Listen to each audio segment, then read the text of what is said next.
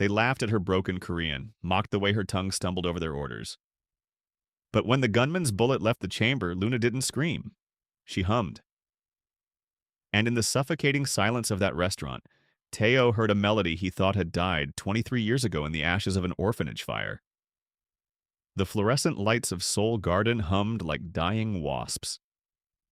Luna wiped down table 7 for the third time, her hands trembling slightly as laughter erupted from the booth behind her. Yeah, can you even speak Korean properly? A woman in designer sunglasses snapped her fingers. Or should I order in English for the foreigner? Luna's accent was thick, clumsy, learned from textbooks and survival, not blood. I take order now. What you like? The table erupted. What you like? One man mimicked, his friends howling. Just go back to your country, trash. She swallowed the shame like broken glass. 23 years in Seoul and still she was foreign. Still alone. Her fingers touched the silver bracelet hidden under her sleeve, the only thing that survived the fire. The only proof she'd once belonged somewhere. Across the city, Teo sat in the back of a bulletproof Mercedes, jade cufflinks catching the neon glow of Gangnam. His phone buzzed with execution orders, territory disputes, blood debts. Boss, the Yakuza want an answer by midnight, his second-in-command said. Teo didn't blink. At 35, he'd built an empire from nothing. Orphaned at 12, he'd clawed his way from the gutters to the throne. But empires were cold. Power was lonelier than poverty. He touched the scar on his palm, a burn mark, circular, deliberate, a memory he couldn't erase. Drive to Seoul Garden, he said suddenly. Sir, I'm hungry. But hunger wasn't what pulled him there, it was something else. Something he couldn't name. Have you ever heard a voice that brought back a memory you thought was gone forever? Drop a comment below. The bell above Seoul Garden's door chimed. Luna didn't look up. Another customer, another chance to be humiliated. Then the air changed. Teo entered flanked by 2 guards in black suits. The restaurant fell silent. Everyone in Seoul knew that face. The dragon of Gangnam. The ghost who controlled half the city's underground. He sat at table 12, Luna's section. Her hands shook as she approached, notepad trembling. Welcome, what you... They're mocking you. His voice was ice. He nodded toward the designer sunglasses woman. Or, why do you tolerate it? Luna froze. No one had ever asked her that. I need job. I have no choice. His eyes, dark, unreadable, studied her face like he was searching for something buried. What's your name? Luna. The name hit him like a fist to the chest, but he showed nothing. Bring me soju, the expensive kind. She bowed and turned. The door exploded inward. 3 men in ski masks, guns raised. Everyone down! Wallets! Phones! Now! Screams erupted. Tables overturned. The designer woman sobbed hysterically. But Luna didn't move. She stood frozen, staring at the lead gunman. Not in fear, in recognition. You, she whispered. The gunman's eyes widened behind the mask. You shouldn't be here. Neither should you, Jamin. Teo's hand moved to his concealed weapon, but he stopped. Because Luna did something impossible. She began to hum. Soft, haunting, a melody that didn't belong in a robbery, a lullaby from another lifetime. Jamden 그대를 위해 내 모든 것을. Teo's blood turned to ice. That song, his mother used to sing it. Before she died, before the orphanage, before the fire that took everything. His hand fell away from his gun. Shut up! The gunman, Jamin, screamed, but his voice cracked. Stop singing! Luna's humming grew louder. Tears streamed down her face, but she didn't stop. Teo's mind fractured. He was 12 again. Burning wood, screaming children, and a girl with a voice like moonlight pulling him through the smoke.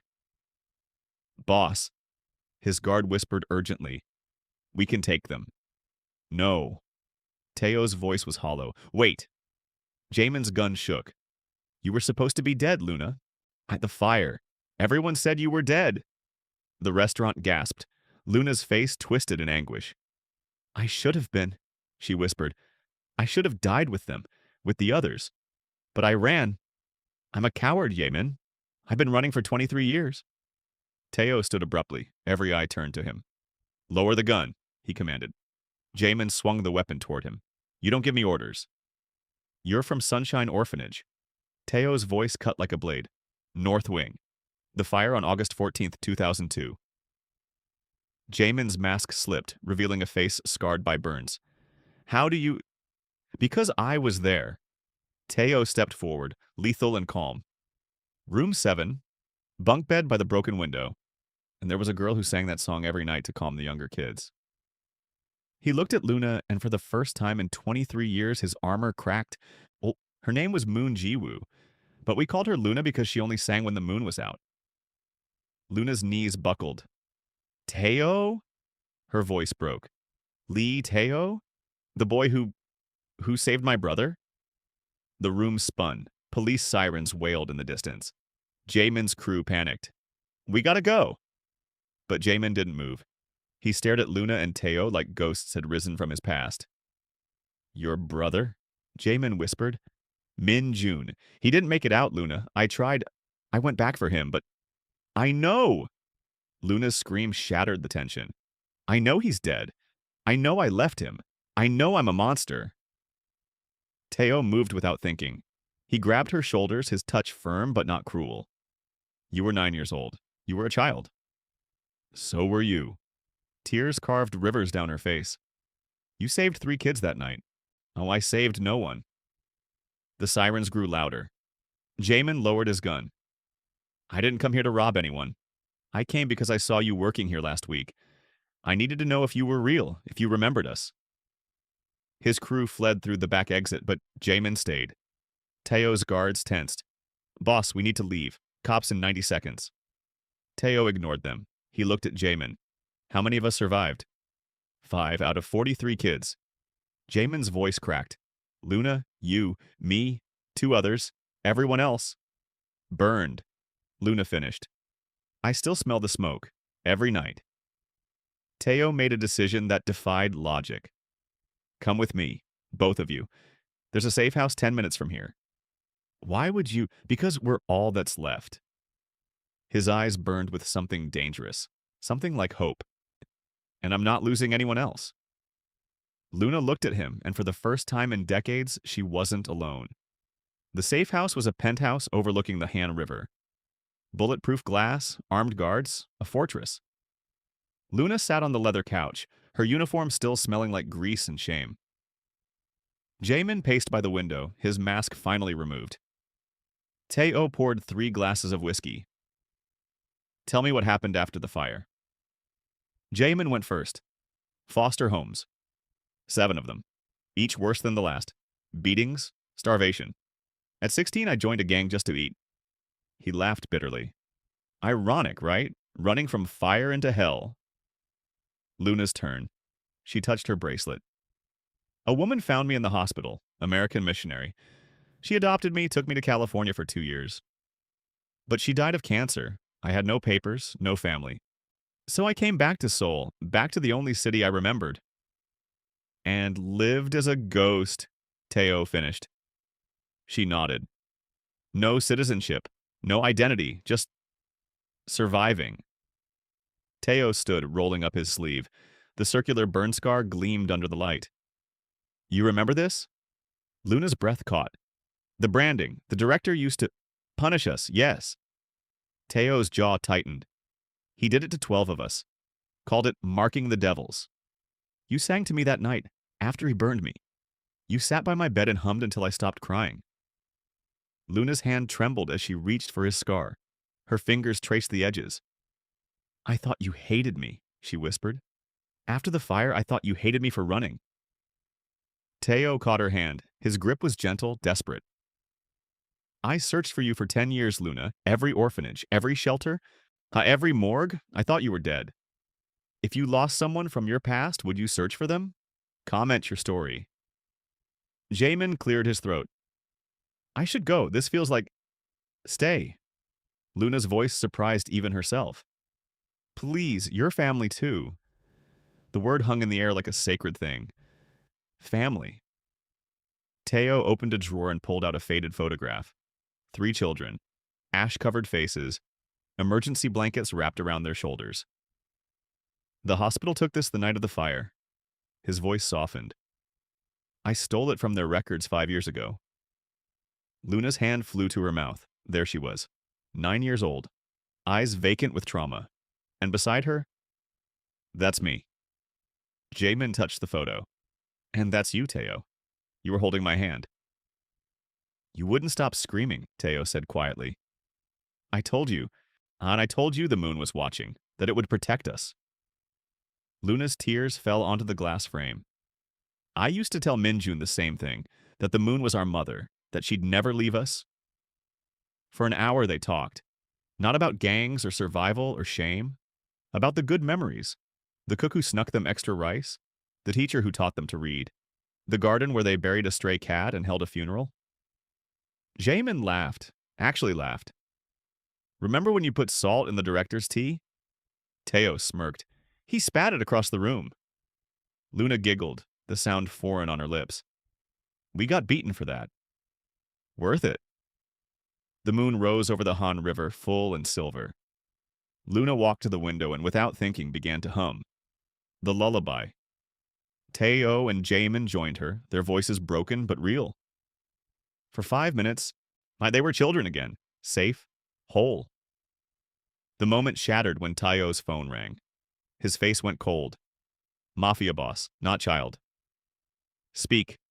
A pause, then his expression turned to stone. When? He hung up, looked at Jamin. You robbed a restaurant owned by the Yakuza 3 weeks ago, didn't you? Jamin froze. How did you...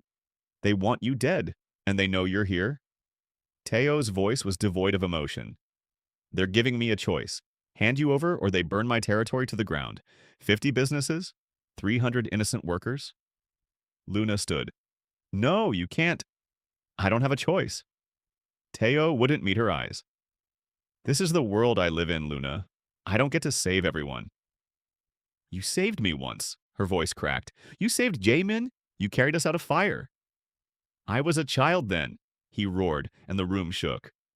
I had nothing to lose. Now I have an empire, responsibilities, people depending on me. So you'll trade him? Your brother? Luna's words were venom. Jamin stepped forward. It's okay, Luna. I knew this life would end badly. At least I got to see you again. No! Luna grabbed Teo's suit. You're not the same as that director. You're not. I refuse to believe the boy who sang to me under the moon became a monster. Teo gently removed her hands. His eyes were dead. That boy died in the fire, Luna. I'm what crawled out of the ashes. He called his guards. Take Jamin to the drop point. Make it clean. Luna's world collapsed. I'll never forgive you.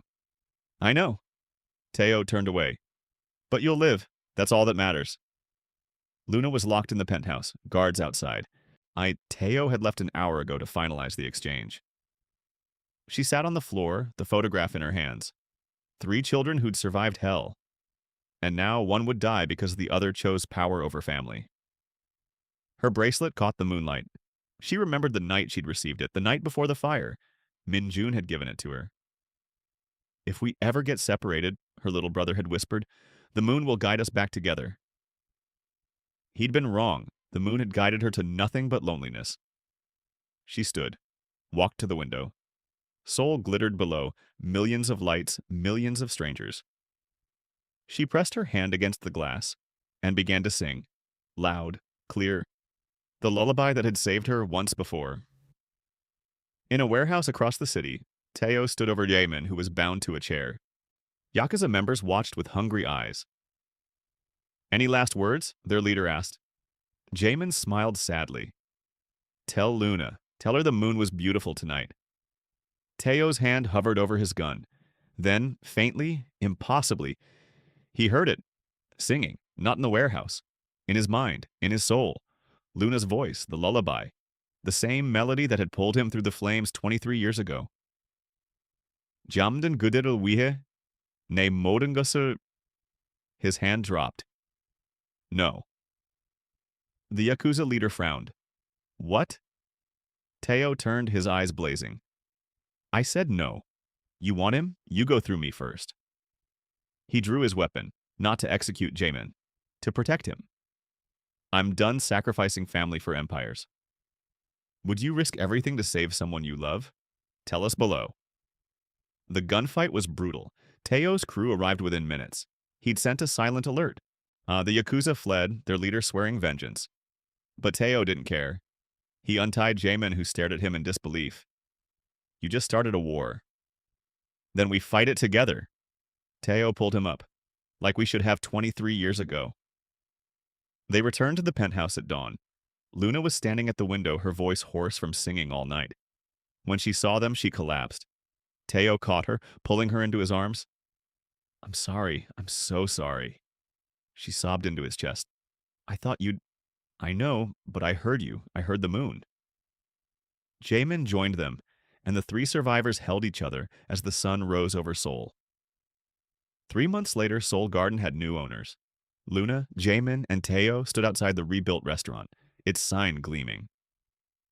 Moonlight Family Restaurant, Luna read, tears in her eyes. Yeah, it's perfect.